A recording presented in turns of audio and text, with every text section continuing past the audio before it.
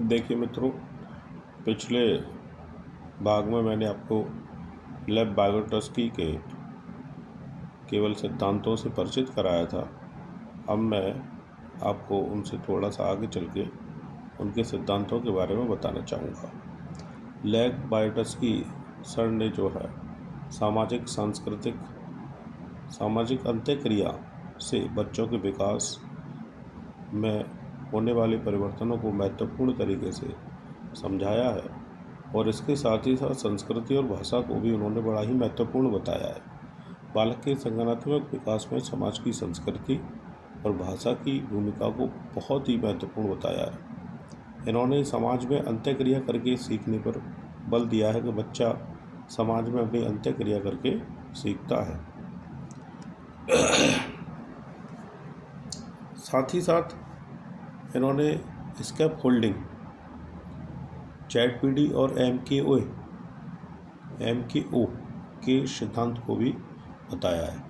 आप देख सकते हैं कि MKO के सिद्धांत को हम इस तरह से समझ सकते हैं कि ये मान लिया बच्चा का एक्चुअल डेवलपमेंट जो है AD, और वो किसी MKO की मदद से और वो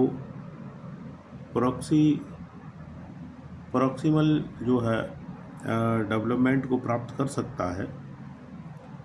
तो PD, जिसको हम PD के द्वारा डिनोट करते हैं, तो इसके अंतर को एक्चुअल डेवलपमेंट और प्रॉक्सिमल डेवलपमेंट के अंतर को ZPD कहा जाता है।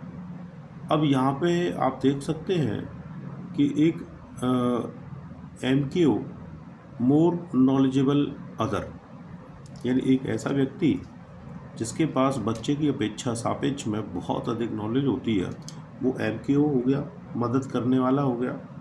और जो मदद करने वाला है वो MKO कहा जाएगा। और जो मदद उसने बच्चे की जो मदद करी गई, और उस मदद को स्कैफोल्डिंग कहा जाएगा। और स्कैफोल्डिंग अस्थायी सहायता प्रदान करना होता है। इसे पाड़ या मचान या पाइट या आलम्बन इतने अन्य नामों से भी जाना जाता है। प्रश्न में ये सारे नामों में से कोई न कोई एक नाम से पूछा जा सकता है। इसकी एग्जाम्पल के तौर पे जैसे हम बताएं कि जैसे बच्चा जब साइकिल चलाना सीखता है तो उसका कोई MKO, या उसका पिता हो सकता है, भाई हो सकता है, बहन हो सकती है, या कोई अदर भी हो सकता है, MKO उसको साइकिल चलाने में मदद करता है। और फिर हम देखते हैं कि कुछ समय बाद अस्थायी मदद से वो साइकिल चलाना बच्चा सीख जाता है, फिर वो स्वयं से उसको चलाता है। तो जो मदद मिली उसको हम स्कैफोल्डिंग कहेंगे, और जिसने मदद की वो MKO कहा जाएगा।